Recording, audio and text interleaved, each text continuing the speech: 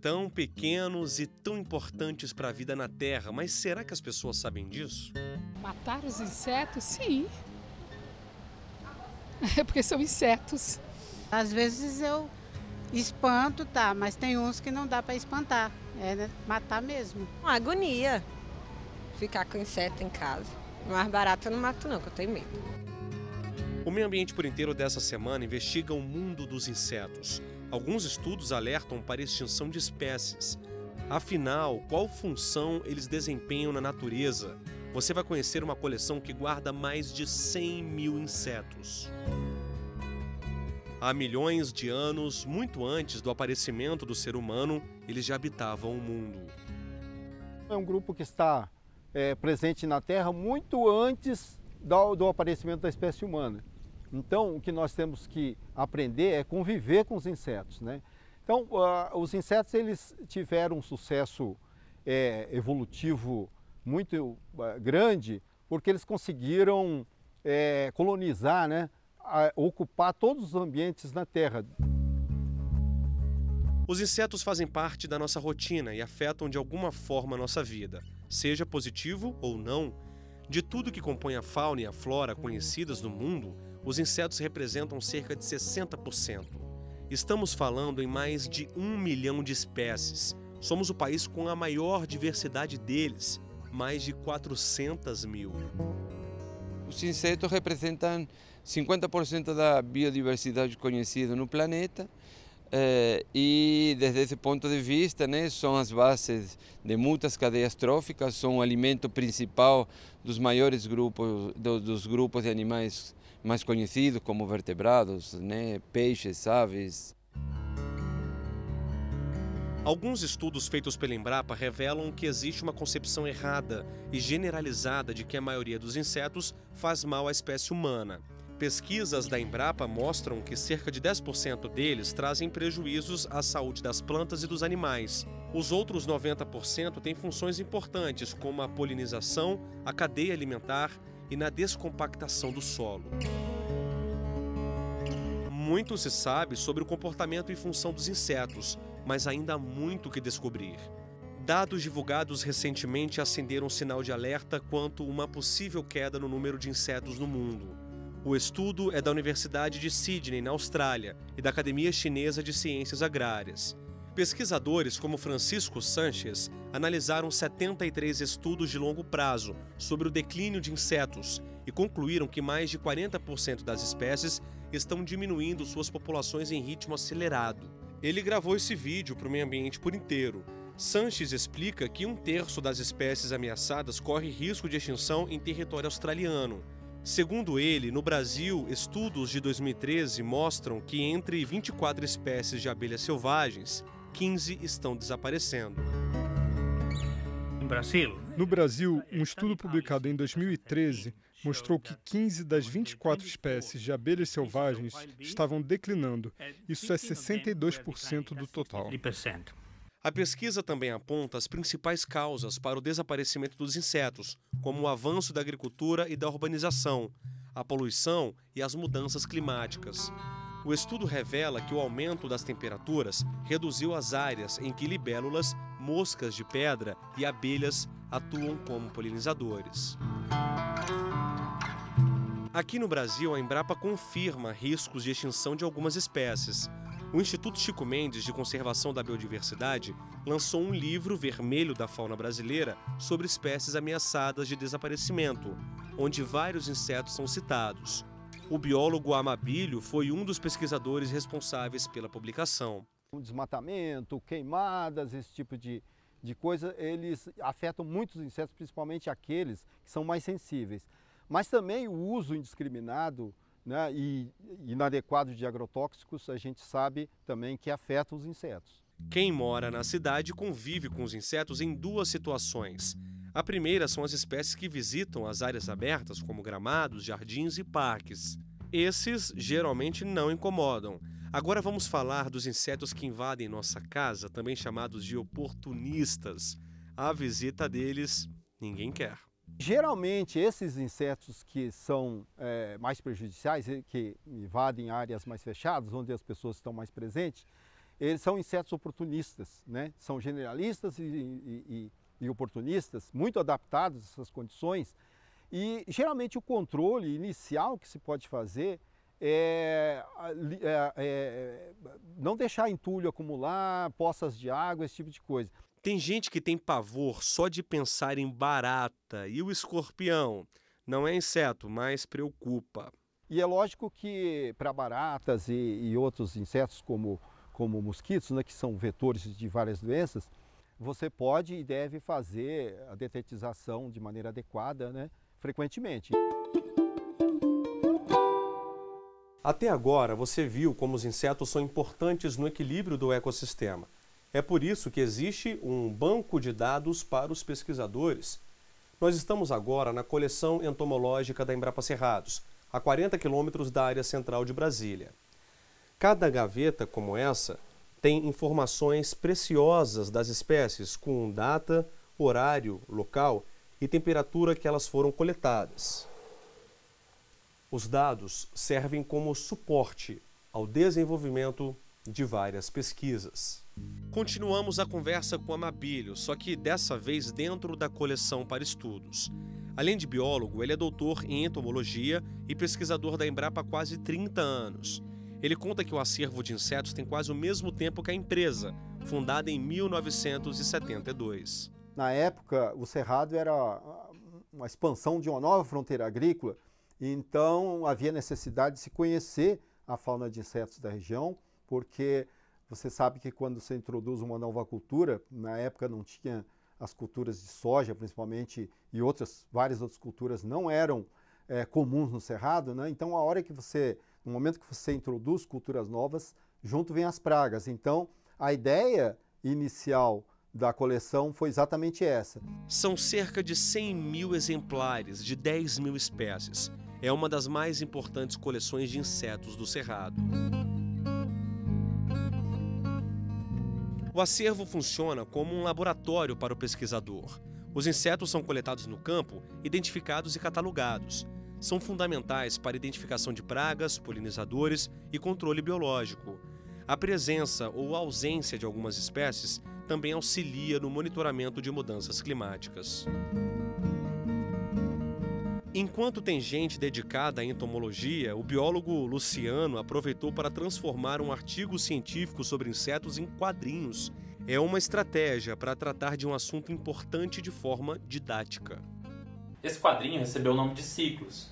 Nele a gente explicou os processos de colonização e sucessão ecológica de insetos aquáticos em riachos do Cerrado. Esses estudos são muito importantes para a gente entender como que os organismos estão organizados no ambiente. No próximo bloco, o Meio Ambiente por Inteiro mostra como insetos podem ser usados na agricultura no controle de pragas e doenças. A gente volta já.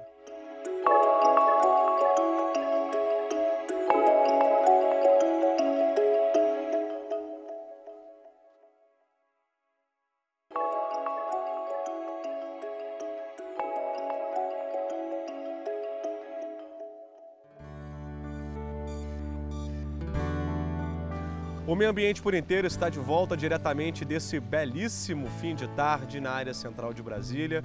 Seja muito bem-vindo. Bom, nós mostramos até agora a importância dos insetos na polinização das plantas e na cadeia alimentar. Sem eles, algumas espécies de aves, répteis, anfíbios e mamíferos, por exemplo, não teriam alimento para sobreviver. Você pode até não ter tanta simpatia por alguns insetos, mas saiba, todos são importantes no equilíbrio do ecossistema. No segundo bloco do programa, vamos mostrar a relação entre os insetos e a agricultura. E aí, vamos nessa? Quem é produtor rural sabe, algumas espécies de insetos e pragas são as piores ameaças de um plantio. Aí, a maioria dos agricultores usa produtos químicos para evitar perdas. No Brasil, a Lei 7.802, de 82, trata do uso, registro e venda dos agrotóxicos. Ela fala sobre a regulamentação, sobre o uso, né, do agrotóxico, sobre como pode ser feito esse controle de pragas e disponibiliza um prazo para liberação dos produtos, né, agrotóxicos. Alguns especialistas defendem a tese de que o uso dos agrotóxicos polui o solo, os cursos hídricos, afeta a nossa saúde e muitas vezes mata insetos, como as abelhas. Muitas delas não são seletivas, ou seja, acabam atingindo todos os tipos de insetos. Então, quando a gente aplica isso, a gente vai estar matando os insetos pragas, mas insetos benéficos, polinizadores, predadores. Pensando em garantir a existência dos insetos no campo, a Embrapa desenvolveu um aplicativo de celular que ajuda na identificação das espécies e de pragas, dificuldade encontrada por todo produtor rural. O software é gratuito e permite na palma da mão que o usuário compare um inseto coletado no plantio com uma galeria de imagens da ferramenta. No ano passado, o Meio Ambiente por Inteiro exibiu um programa sobre controle biológico e mostrou como funciona o aplicativo. Com as informações em mãos, o produtor pensa 2 vezes antes de matar tudo que vê no plantio sobre as folhas. É tecnologia em defesa da vida na terra. Podemos resumir o controle biológico como uma forma natural de controlar os insetos que invadem lavouras e devoram nossa comida. Como o nome já diz, né, você usar micro-organismos, a biologia, para fazer o controle das pragas. Nesse sentido, ele poderia usar tanto animais como ácaros, como abelhas, assim como fungos e bactérias. A vantagem do controle biológico é que esses micro-organismos são muito mais específicos, ou seja, eles vão direto na praga, né? Daniel é engenheiro agrônomo e trabalha na empresa de assistência técnica e extensão rural do DF, a Emater. Ele explica que o controle biológico é uma estratégia eficiente que mantém um ambiente equilibrado. Geralmente está associada ao manejo integrado, ou seja, às boas práticas de cultivo. Diminuir a irrigação, aumentar a aeração entre as plantas, né? Aumentar o espaçamento. Por exemplo, igual aqui, o cultivo protegido, onde a gente diminui a incidência de água. E aí, associado a isso, você faz liberação de alguns micro-organismos ou então até a pulverização. Cada espécie de alimento sofre ameaças específicas, muitas vezes de insetos. Para controlar esses invasores, organismos específicos são utilizados no plantio. Para o controle do ácaro, a gente às vezes libera ácaros predadores que vão lá e comer esses ácaros pragas. Aí outras vezes, em algumas doenças, você vai liberar e pulverizar fungos, bactérias, que vão fazer também um controle de lagartas, de doenças e vão melhorar os níveis, digamos assim, de sustentabilidade do sistema, né? Daniel é especialista em desenvolvimento sustentável e agroecologia. A lupa é instrumento de trabalho, ajuda a investigar o comportamento das plantas. As técnicas são compartilhadas com produtores rurais do DF e trabalhadores do campo, como a Luana. Ela também é engenheira agrônoma, recém-formada. Luana é responsável pelo plantio das 4 estufas. São hortaliças e verduras orgânicas. O ambiente protegido permite controlar a umidade, a temperatura e a infestação de pragas e insetos. Atualmente, nenhuma das estufas exige um trabalho específico, já que todos estamos trabalhando com tomate. Tomate do tipo saladete, tomate italiano. Então todos necessitam do mesmo tipo de manejo. Para a estufa de tomate ser um ambiente saudável e controlado, o maior desafio é combater a traça do tomateiro, uma praga devastadora. Luana explica que o controle biológico é feito com a bactéria Bacillus thuringiensis, um predador eficiente. A propriedade fica em Planaltina, a 50 quilômetros de Brasília. É um modelo de boas práticas agrícolas. Luana também utiliza vespas no controle biológico. Cada cartela como esta tem 5.000 ovos do inseto. Esses ovos, ao eclodirem, eles vão predar os outros ovos das traças, que são as lepidópteras. E assim vai haver o controle biológico. Mas atenção, as vespas são usadas apenas no tomateiro. Sem elas, o prejuízo é grande. Na semana que a gente não faz o controle com esse tipo de micro-organismos, há um aumento e uma incidência muito grande dessas pragas. Então, pra gente, nesse momento, está funcionando muito bem.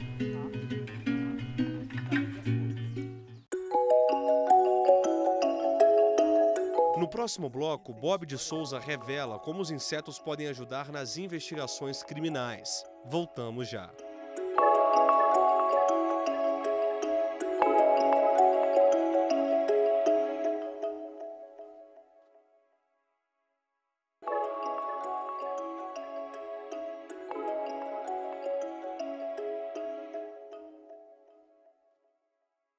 Abrimos este bloco em um lugar bastante especial. Estamos na Universidade de Brasília, no Laboratório de Entomologia.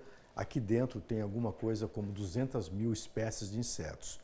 Só de moscas, 15 mil espécies. E temos aqui um pequeno showroom de algumas que são moscas mantidas para estudo. E temos um especialista aqui, o professor Pujol, que estuda essas moscas há 30 anos. Professor, que importância tem a mosca, de maneira genérica, para a ecologia? Moscas são insetos considerados decompositores, primariamente decompositores. E fazem o quê? Eles decompõem matéria orgânica animal e vegetal quando da sua forma larval. O bicho morreu, ela vai lá e ajuda? Não só o bicho, como a planta, Sim. a fruta, toda aquela... fauna e as flora. folhas que estão no chão decompondo, uma Sim. árvore, ela sempre está atuando como decompositora. Sem todo esse mundo de insetos, a vida do ser humano seria impossível. Impossível, impossível. Nós dependemos desse papel importante dos insetos. O professor Pujol sempre gostou de insetos, desde que era menino. Ao contrário da grande maioria das crianças, nunca foi estimulado a matar os bichos pequenos. Sem saber, ele percorreu todo o caminho para ser um entomologista que serve de referência para outros pesquisadores. Larvas fazem parte da vida dele e da nossa também. Ele explica que uma larva pode viver 15 anos, por exemplo, mas quando se transforma no bicho que nós vemos voando, o tempo de vida já está praticamente no final, talvez alguns meses ou até mesmo dias. Agora, vamos apresentar uma espécie rara. Se tivesse no mundo um campeonato por peso, essa espécie estaria entre as superpesadas. Essa é a maior mosca em comprimento que existe no mundo, né? Considerada a maior mosca. São os midaídeos, esses daqui de cima são os gauromidas, aqui de baixo os protomidas. São moscas realmente muito grandes, elas têm uma característica interessante porque os adultos eles usam formigueiros de formigas cortadeiras, saúva, acromyrmex, e a fêmea entra e vai fazer a postura dela dentro da panela de lixo desses formigueiros. Então ela se comunica com a formiga para poder entrar meio desapercebida e aí fazer a postura, daí ela emerge, fecha o ciclo lá dentro e volta essa mosca gigantesca. Já vimos no programa que os insetos são responsáveis pela polinização de tudo o que existe na flora. As abelhas, por exemplo, polinizam mais de 70% de tudo o que comemos. Outros insetos fazem um trabalho diferente, de limpeza em animais e vegetais mortos, devolvendo elementos químicos ao solo, como nitrogênio e carbono. E a mosca varejeira, que causa doenças nos animais, é fundamental para a polinização de seringueiras. Cada inseto cumpre sua missão na Terra. Visitando outras caixas do laboratório da Universidade de Brasília, chegamos a uma espécie bastante conhecida. Ela está isolada de propósito. O nome dela tem 6 letras e mata muita gente em alguns países da África. Uma mosca bem pequena, você vê com cor de areia. Sim. Né? E se assemelha a algumas moscas que existem aqui na América do Sul, né? Mas, como eu falei, é uma mosca africana. O que ela transmite? Essa mosca faz o mesmo papel na África que os triatomíneos, os percevejos da doença de Chagas, fazem aqui no Brasil, né? Especificamente. A doença do sono, né? que a mosca de tsetse transmite, é uma tripanossomíase. Né? Então, ela é o mesmo tipo de doença que ocorre aqui, acontecendo na África. O professor explica que em países africanos, milhares dessas moscas migram em várias direções, tornando quase impossível o controle do vetor de transmissão da doença do sono. Bem, Tivemos uma boa aula sobre moscas. Agora chegou o momento de falarmos de besouros, que se alimentam de fezes ou de proteínas extraídas de animais mortos. Esses insetos são muito importantes na investigação forense, por exemplo, quando é preciso saber há quanto tempo um cadáver foi deixado em certo lugar. Eu estou vendo aqui um besouro pequeno, verdinho. Que espécie é essa daqui? Então, essa espécie é Oxysterno palemo, é uma espécie também necrófaga e também coprófaga. Necrófaga é quando o organismo se alimenta de matéria orgânica animal em decomposição. E coprófaga é quando ela se alimenta de fezes. E a gente percebe um claro dimorfismo sexual entre machos, que são mais chifrudos e têm esses cornos, e entre fêmeas, que já não possuem esse chifre. Essa é a diferença sexual? Sexual, mas ambos, obviamente, da mesma espécie, Oxysterno palemo. É uma espécie muito comum e muito recorrente em casos de necrofagia. Assim, qualquer animal morto pode servir de alimento para eles? Pode servir de alimento para eles. São mais comuns em estações chuvosas do Cerrado do que nas estações secas do Cerrado. Agora, se você gosta de séries de televisão que falam de investigação criminal envolvendo assassinatos, prepare-se. Se o caso estiver complicado, saiba ler o que os besouros estão fazendo no terreno. Há casos de remoção de cadáveres por besouros necrófagos. O que um besouro desse pode revelar numa pesquisa forense? Ele pode revelar, por exemplo, em casos de morte violenta, a ação do besouro no cadáver pode confundir como uma possível perfuração. Então, a ação desses besouros maiores, é possível que ele perfure o tecido em decomposição e o perito erroneamente ache que seja um segundo tiro.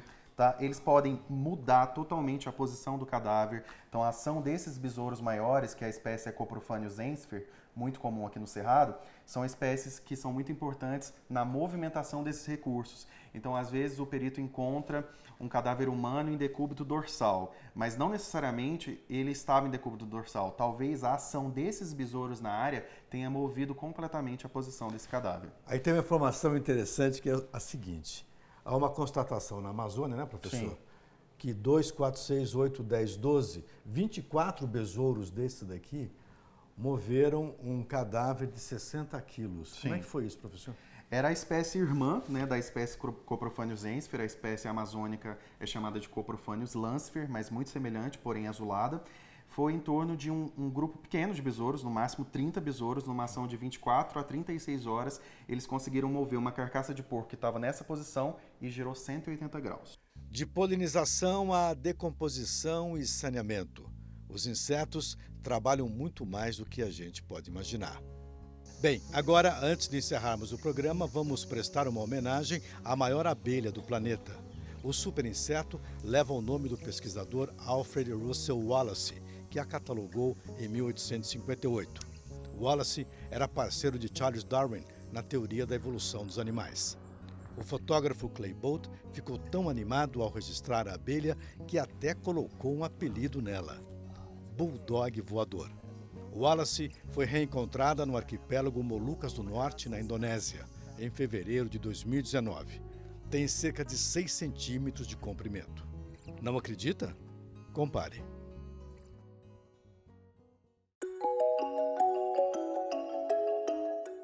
E assim chegamos ao final do Meio Ambiente por Inteiro. Para rever este e outros programas, acesse tvjustiça.jus.br. E se quiser mandar um e-mail para a gente, o endereço é meioambienteporinteiro@stf.jus.br. Acesse também o nosso canal no YouTube, TV Justiça Oficial. Até a próxima!